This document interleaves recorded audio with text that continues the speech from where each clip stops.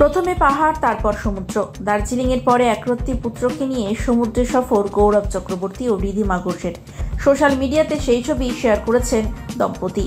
সদ্য প্রকাশিত এসেছে একটি প্রোমো, সেটি একটি কুকিং শোয়ের। তাদের অনস্ক্রিন থেকে অফস্ক্রিন কেমিস্ট্রি দুই বেশ নজর কাড়া।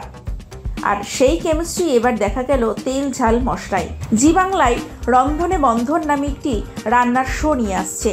সোশ্যাল মিডিয়ায় এই প্রোমো প্রকাশ্যে আসতেই তা বেশ পছন্দ হয়েছে অনুরাগীদের।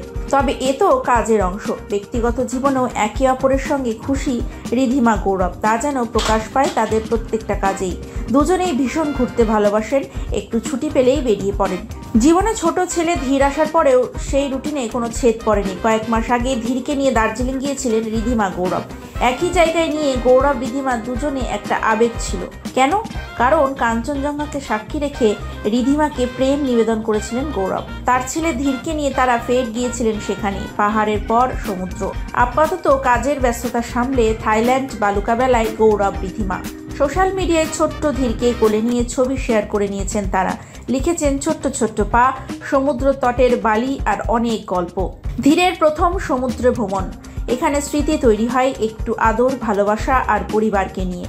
এই পোস্টে নীলাঞ্জনা লিখেছেন ছোট্ট হ্যান্ডসাম ছেলে একটা। গৌরব চট্টোপাধ্যায় লিখেছেন সাদা ফ্রেমের সানগ্লাসে এটা কে রে।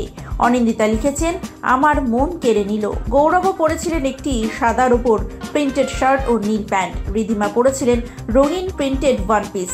সবার চোখেই ছিল চশমা, তবে ছবির মধ্যমণি সাদা চশমায় ছোট্ট ধীর।